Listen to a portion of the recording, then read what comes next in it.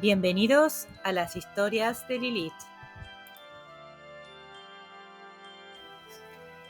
Hola a todos, bienvenidos. Este es el segundo capítulo o entrega de Aquí vive el horror. Esta espeluznante historia de casas embrujadas, mezcla de eventos reales y de fantasía que nos transporta a un mundo de miedo, donde la piel se pone de gallina. Si lo escuchan de noche, les aseguro que van a tener pesadillas. Así que prepárense y comencemos.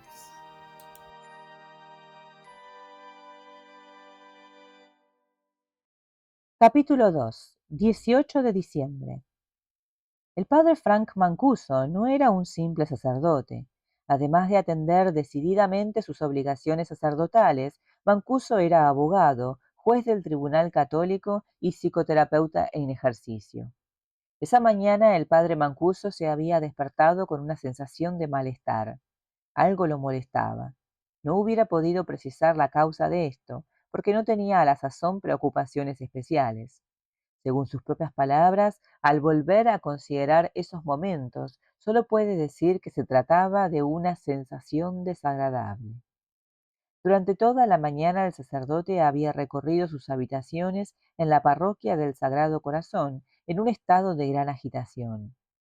Hoy es jueves, pensaba, tengo una cita para almorzar en Lindenhurst y luego debo ir a bendecir la nueva casa de los Latts. De allí iré a comer a casa de mi madre. El padre había conocido a George Lee Latz 2 años antes. Aunque George era metodista, Mancuso lo había ayudado espiritualmente en los días que habían precedido a su matrimonio. Los 3 niños eran hijos de un previo matrimonio, y en su condición de sacerdote que atiende a niños católicos, el padre Mancuso sentía una necesidad personal de velar por sus intereses. La joven pareja había invitado con frecuencia a un amigo sacerdote, con su barba pulcramente recortada, a almuerzos y cenas en su casa de Deer Park. De algún modo, el encuentro nunca se había producido, y ahora George tenía una razón especial para invitarlo de nuevo. ¿Vendría Mancuso a Amityville para bendecir la nueva casa? El padre Mancuso prometió estar allí el 18 de diciembre. Ese mismo día en que el sacerdote aceptó ir a la casa de George, arregló también ir a comer con unos amigos en Lindenhurst, Long Island. Mancuso había tenido allí su primera parroquia. Ahora ocupaba un alto cargo en la diócesis, con sede propia en la parroquia de North Merrick. Como es natural, siempre estaba ocupado y su orden del día era muy nutrido, de tal modo que no se le podía echar la culpa si trataba de matar 2 pájaros de un tiro, ya que Lindenhurst y Amityville están a pocos kilómetros de distancia.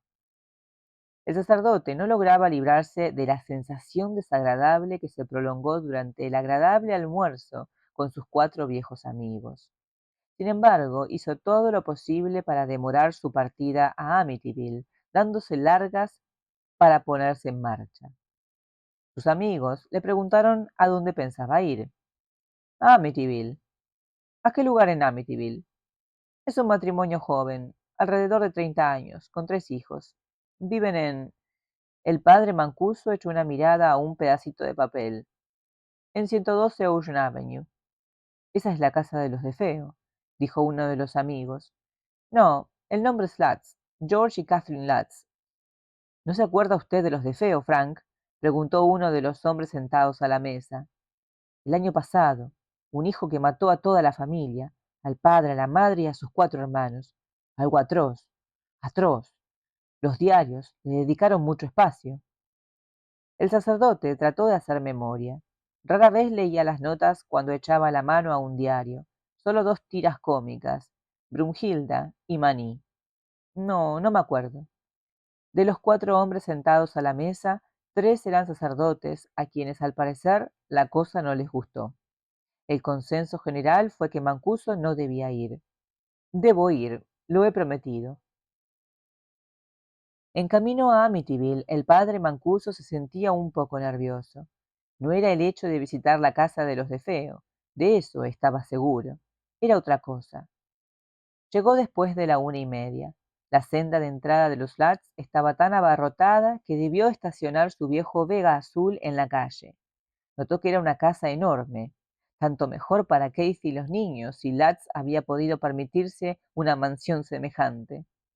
El sacerdote retiró los objetos sagrados del coche y se puso la estola.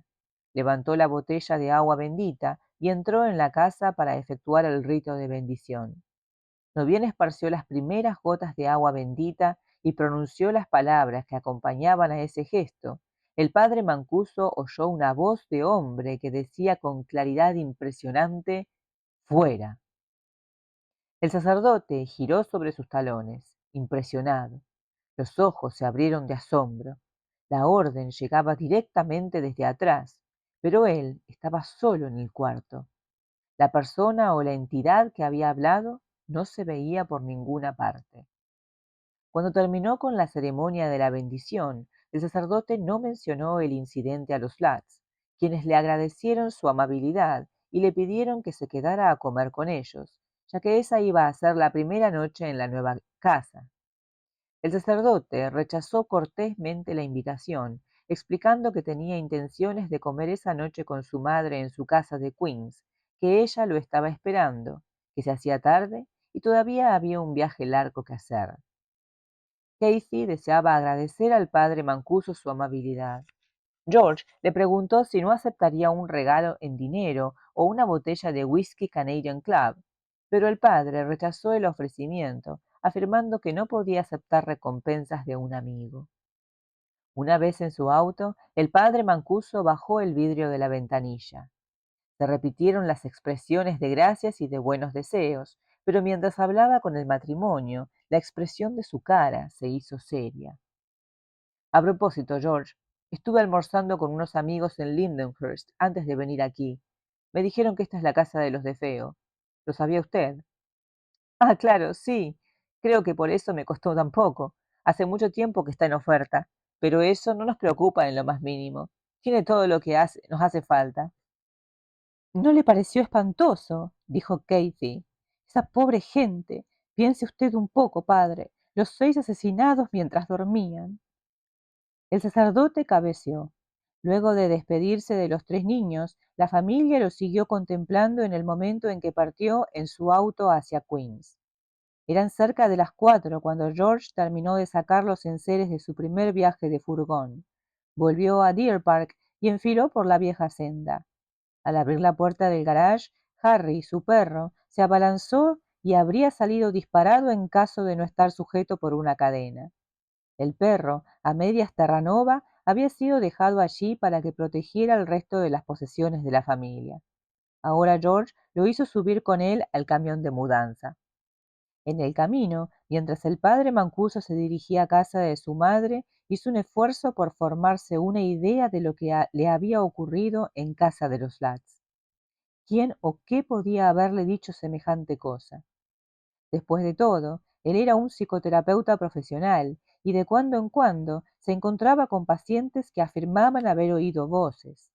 Esto era un síntoma de psicosis, pero el padre Mancuso estaba convencido de su propio equilibrio mental. La madre del sacerdote lo saludó en el umbral de su casa e inmediatamente frunció el ceño. «¿Qué te pasa, Frank? ¿No te sientes bien?». El sacerdote meneó la cabeza. «No me siento demasiado mal. Ve al cuarto de baño y mírate la cara en el espejo». Al ver su imagen en el espejo, el padre Mancuso notó 2 grandes cercos negruzcos bajo sus ojos, tan oscuros que parecían manchas de hollín. Intentó lavarse con agua y jabón, pero las manchas no se desvanecieron.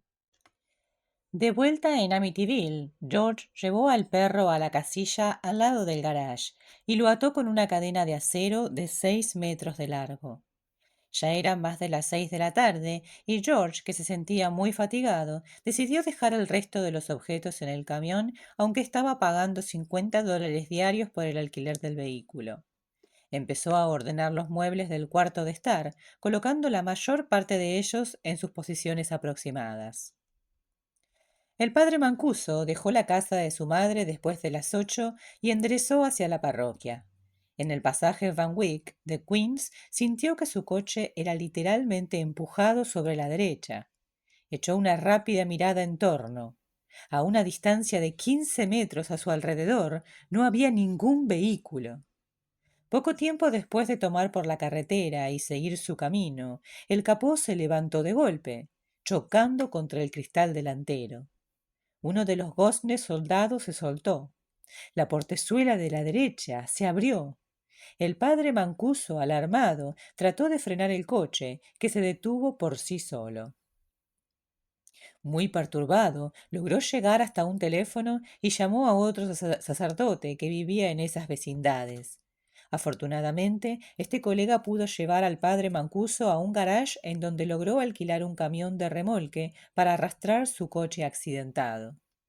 De vuelta en la carretera, el mecánico del garage no logró poner en movimiento el automóvil. El padre Mancuso decidió dejar el coche en el garage y hacerse llevar por su amigo a la parroquia del Sagrado Corazón.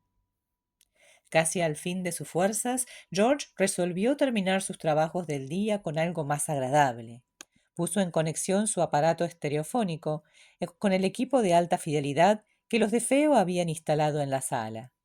Luego, él y Casey se iban a poner a oír música, gozando de su primera noche en la casa. Apenas había iniciado los trabajos cuando Harry empezó a aullar atrozmente. Danny irrumpió precipitadamente en la casa, diciendo a gritos que Harry estaba en apuros.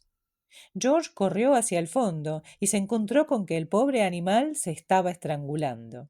Había tratado de saltar la empalizada y había enredado la cadena en la punta de una de las tablas. George libró a Harry y acortó la cadena para que el perro no realizara un nuevo intento, y volvió a trabajar en su equipo estereofónico.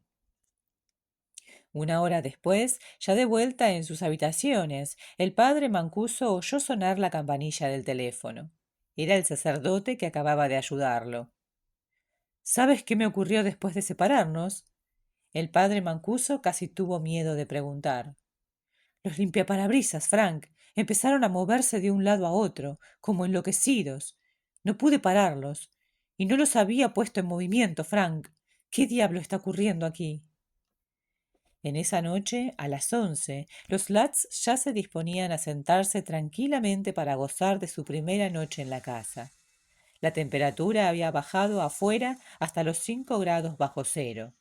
George quemó en la chimenea unas cuantas cajas de cartón que ardieron alegremente.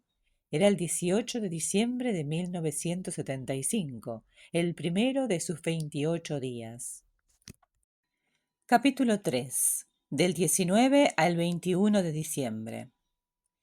George se sentó en la cama, completamente despierto. Había oído un llamado en la puerta de enfrente. Escudriñó la oscuridad. Por un instante no supo dónde estaba, pero luego logró situarse. Estaba en el dormitorio principal de su nueva casa. Casey dormía a su lado, arropada bajo las abrigadas cobijas. Se oyó un nuevo golpe en la puerta. «Santo Dios, ¿qué es eso?», murmuró. Tendió un brazo hacia la mesa de noche buscando su reloj de pulsera. Eran las 3:15 de la mañana. Otro nuevo golpe, muy recio, pero esta vez tuvo la impresión de que el ruido no venía de abajo, sino más bien de algún lugar a su izquierda. George salió de la cama, caminó por el corredor frío, sin moquete, hasta el cuarto de vestir que daba sobre el río de Amityville. Miró por la ventana hacia la oscuridad exterior. Oyó de nuevo un golpe. George hizo un esfuerzo por ver algo. ¿En dónde diablos está Harry? Desde algún punto que estaba por encima de su cabeza llegó un chirrido. Instintivamente se apartó y luego miró al techo. Oyó un crujido. Los niños, Danny y Chris, se hallaban en el dormitorio que estaba encima del suyo. Probablemente uno de ellos habría arrojado un juguete al suelo al hacer un movimiento mientras dormía. Descalzo y con los pantalones del pijama como única vestimenta, George empezó a tiritar. Echó una mirada por la ventana. Sí, algo se estaba moviendo por el lado del embarcadero. Sin demorarse levantó el cristal de la ventana y recibió contra la cara la ráfaga de aire frío. ¡Eh! ¿Quién anda ahí? Harry ladró y se movió. George, tratando de escudriñar la oscuridad, vio que el perro daba un salto. La sombra estaba próxima a Harry. ¡Harry! ¡Agárralo! Otro golpe se oyó, proveniente del embarcadero, y Harry giró al oírlo. Se echó a correr en torno de la casilla, ladrando fuertemente, tironeando de la cadena. George cerró la ventana de golpe y corrió hacia su dormitorio. Casey se había despertado. ¿Qué ocurre? Preguntó, encendiendo la lámpara de la mesa de noche, mientras George se ponía los pantalones. George. Casey vio la cara barbada que se volvía hacia ella. Todo está en orden, querida. Solo quiero bajar a echar un vistazo. Harry ha descubierto no sé qué junto al embarcadero. Probablemente un gato. Es mejor que lo tranquilice antes de que despierte a todo el vecindario. Metió los pies en las zapatillas y tanteó en busca de su vieja bata azul marino, que estaba echada sobre una silla. Vuelvo enseguida. Sigue durmiendo. Casey apagó la luz. Ponte la chaqueta. A la mañana siguiente, Casey ya no pudo recordar que se había despertado durante la noche. Cuando George salió por la puerta de la cocina, Harry seguía ladrando a la sombra movediza. Junto al borde de la piscina había una tabla apoyada contra la baranda. George la asió y corrió hacia el galpón de los botes. Entonces vio que la sombra se movía. George asió con más fuerza la tabla.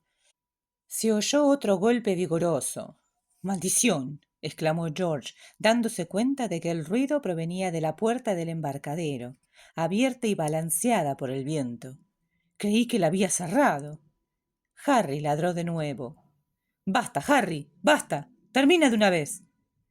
Media hora más tarde, George se había metido de nuevo en su cama y seguía perfectamente despierto. En esa condición de ex marino, alejado no hacía tanto del servicio, estaba acostumbrado a las llamadas intempestivas.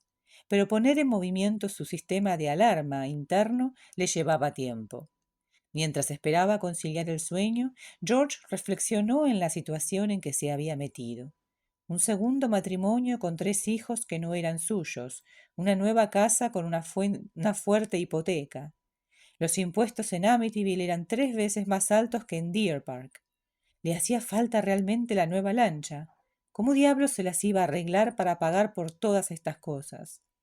El negocio de la construcción era muy lerdo en Long Island, por culpa de la rigidez del sistema de pagos, y al parecer la cosa no se iba a arreglar mientras los bancos no aflojaran las riendas. Si no se construyen casas y la gente no compra propiedades, ¿a quién diablos le hace falta un vendedor de inmuebles? Casey se movió en su sueño y dejó caer un brazo en torno del cuello de George. Hundió profundamente la cara en el pecho de él, que sintió el olor del pelo de ella. Sin duda tenía olor a limpio, pensó, y la idea fue de su agrado. También mantenía a sus hijos así, inmaculados. Sus hijos, los de George ahora. Cualesquiera que fueran las dificultades, ella y los niños merecían que uno las enfrentara. George miró el techo. Danny era un buen chico, capaz en todo sentido. Podía encontrar la vuelta para hacer cualquier cosa que se le pidiera. Ahora se estaban haciendo más amigos. Danny había empezado a llamar papá a su padrastro. Ya no le decía George. En cierto modo, George se alegraba de no haber conocido nunca al ex marido de Casey. De este modo, Danny era enteramente suyo. Casey le había dicho que Chris era igual a su padre, que tenía los mismos modales, los mismos cabellos crespos y los mismos ojos. Cuando George le reprochaba algo al niño, la cara de Chris se entristecía, compungida, y el niño lo miraba con ojos muy expresivos. Sin duda el niño sabía usar los ojos. A él le gustaba la forma en que los dos varones se ocupaban de Missy, una verdadera calamidad, aunque muy despierta para sus 6 años. Nunca había tenido dificultades con ella desde el primer día en que había visto a Casey. Era la nena de papá y nada más. Me escuchan a mí y a Casey. Lo cierto es que los 3 nos escuchan. Son 3 niños buenos. Después de las 6, George logró quedarse dormido. Casey se despertó unos pocos minutos después y echó una mirada en torno del extraño dormitorio, tratando de poner en orden sus pensamientos. Estaba en el dormitorio de su hermosa casa nueva. Tenía junto a ella a su marido y los 3 niños estaban durmiendo en sus propios dormitorios. ¿No era maravilloso esto? Dios había sido bueno con ellos. Casey trató de deslizarse bajo el brazo de George. El pobre había trabajado demasiado ayer, pensó Casey, y hoy tenía más quehaceres por delante. Mejor dejarlo dormir. Ella, en cambio, no podía dormir. Había demasiadas cosas que hacer en la cocina y era mejor empezar a moverse antes de que se levantaran los chicos. Ya abajo, Casey echó una ojeada a su nueva cocina. Afuera todavía estaba oscuro. Encendió la luz. Sobre el piso y la pileta había cajas apiladas con fuentes, vasos y cacerolas. Las sillas seguían puestas sobre la mesa de cocina. De todos modos, pensó Casey sonriéndose a sí misma, la cocina iba a ser un cuarto feliz para toda la familia.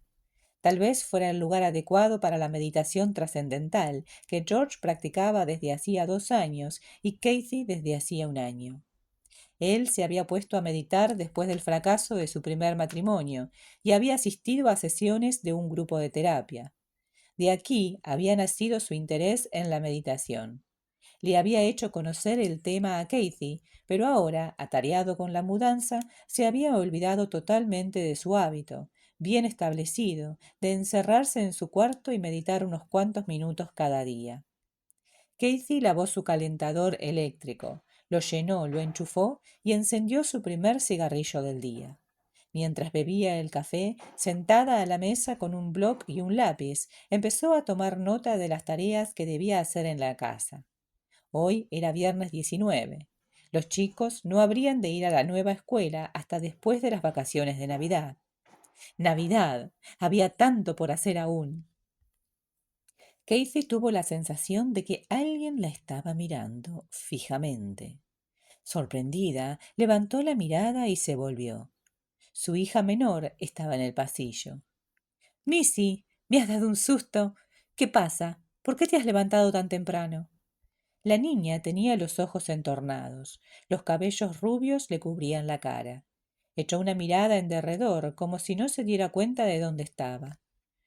Quiero ir a casa, mamá. Estás en casa, Missy. Esta es nuestra casa. Ven aquí. Missy se acercó tambaleándose hasta Casey y subió a su regazo.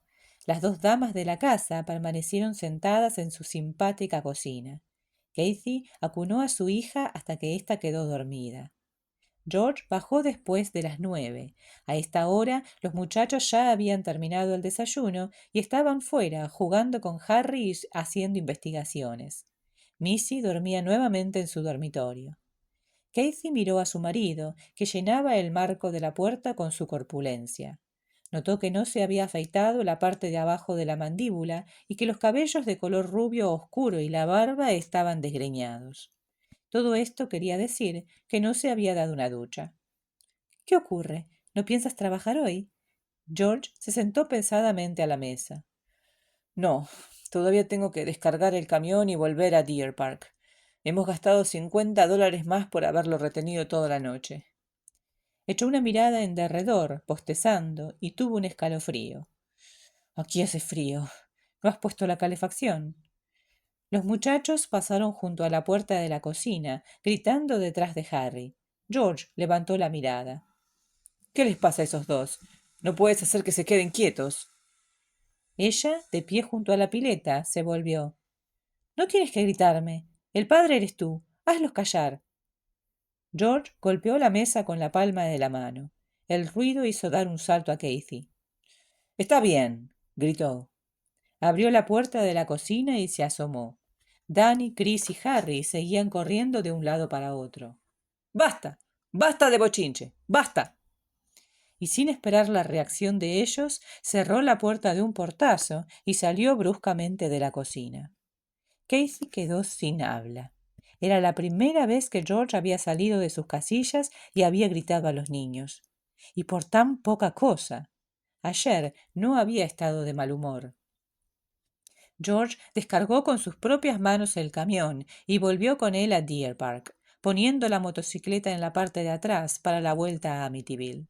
No se afeitó, no se duchó y no hizo durante el resto del día nada más que quejarse por la falta de calefacción en la casa y por el ruido que hacían los niños en el cuarto de juegos del piso alto. Todo ese día, George no hizo más que rezongar y esa noche, a las 11 más o menos, cuando ya era hora de meterse en cama, Casey ya estaba harta. Estaba muy cansada de poner una y otra cosa en orden y tratar de mantener a los niños lejos de George. A la mañana siguiente habría de iniciar la limpieza de los cuartos de baño, pero esta noche no podía hacerlo. Ahora se iba a meter en cama. George se quedó un rato en la sala, echando un leño tras otro en la chimenea. Aunque el termostato marcaba 20 grados, no podía entrar en calor. Probablemente verificó una docena de veces la temperatura del calorífero en el sótano a lo largo del día. A las 12, finalmente, George fue al dormitorio y se echó a dormir sin más. A las 3:15 de la mañana estaba de nuevo despierto y sentado en la cama. Algo lo estaba preocupando. El embarcadero. ¿Había trancado la puerta? ¿Sí o no? No podía recordar. Tuvo que salir a comprobar. La puerta estaba cerrada y trancada. En los 2 días siguientes la familia Lutz pasó por un extraño cambio de personalidad colectiva. Como hubo de decir George más adelante, no fue algo repentino, fue en pedacitos, por aquí y por allá. Él ni se afeitaba ni se bañaba, como siempre lo había hecho, infaltablemente. Por lo general, George dedicaba todo el tiempo que podía a su trabajo. 2 años antes había abierto una segunda oficina en Shirley para atender negocios inmobiliarios en la costa sur. Ahora, en cambio, se conformaba con llamar a Syosset y dar órdenes malhumoradas a sus empleados, exigiéndoles que terminaran con sus tareas de inspección antes de fin de semana, ya que él necesitaba el dinero. En cuanto a la posibilidad de mudar su oficina al nuevo sótano, no lo pensó ni un solo instante. En cambio, se quejaba constantemente de que la casa estaba fría como una heladera y había que calentarla. Echar leño tras leño a la chimenea le ocupaba la mayor parte del tiempo, salvo en los momentos en que iba al embarcadero, miraba el espacio vacío y volvía a la casa. Ni siquiera al llegar a este punto podía decir qué iba a mirar allí cuando salía. Solo sabía que se sentía arrastrado a ese lugar. Prácticamente era una compulsión. En la tercera noche que pasaron en la casa, George se despertó nuevamente a las 3:15, muy preocupado con la idea de lo que debía estar ocurriendo. Los niños también lo irritaban. A partir del momento de la mudanza, se habían convertido en unos mocosos traviesos, unos monstruos malcriados que no oían ninguna advertencia, niños desbandados a quienes había que castigar severamente. Cuando se trataba de los niños, Casey tenía la misma impresión. Se sentía crispada por sus relaciones tensas con George y por los esfuerzos que realizaba para poner la casa en orden antes de la Navidad. En la cuarta noche que pasaron en la casa, Casey estalló y junto con su marido castigó a Danny, a Chris y a Missy con una correa y un pesado cucharón de madera. Los niños habían roto accidentalmente el vidrio de una ventana en la banderola semicircular del cuarto de juegos. Muy bien, en estos capítulos se empieza a vislumbrar el verdadero peso de la atmósfera extraña y perturbadora que envuelve la casa de Amityville. La figura del padre Mancuso introduce una capa de angustia, ya que a pesar de ser un hombre de fe, se siente profundamente incómodo al estar en la casa. Y ya desde antes, ¿no? Cuando se levanta y se siente mal y cuando trata de aplazar el viaje a la casa, su rechazo a entrar en esa habitación específica y su posterior accidente en la ruta sugieren que la casa no es simplemente un lugar físico, ¿no? Sino que posee una fuerza oscura que parece desafiar cualquier explicación racional y que va más allá de la casa porque se extiende a, a, a la distancia hacia el padre, ¿no? En la ruta, en su casa, en otros pueblos, en otras ciudades. Luego la experiencia del perro que ladra descontrolado hacia una sombra en el embarcadero. Ya vemos que el embarcadero es un punto a tener en cuenta. Esto refuerza la idea de que algo en la casa anda mal, no es natural, ¿no? Los animales a menudo perciben cosas con su sensibilidad mayor y su comportamiento inquieto es una señal de que algo está alterado en el entorno, ¿verdad? Algo está mal. Por otro lado, el contraste con la felicidad de Casey y el inexplicable cambio de George nos introduce en la complejidad de las relaciones familiares en este contexto tan perturbador.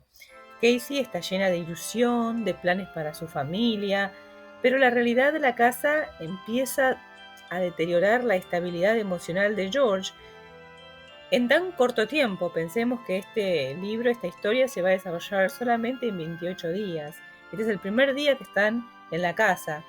El comportamiento de George empieza a ser extraño, ¿no? La fatiga extrema, el frío inexplicable, parecen ser síntomas de una influencia externa que afecta su mente y su cuerpo.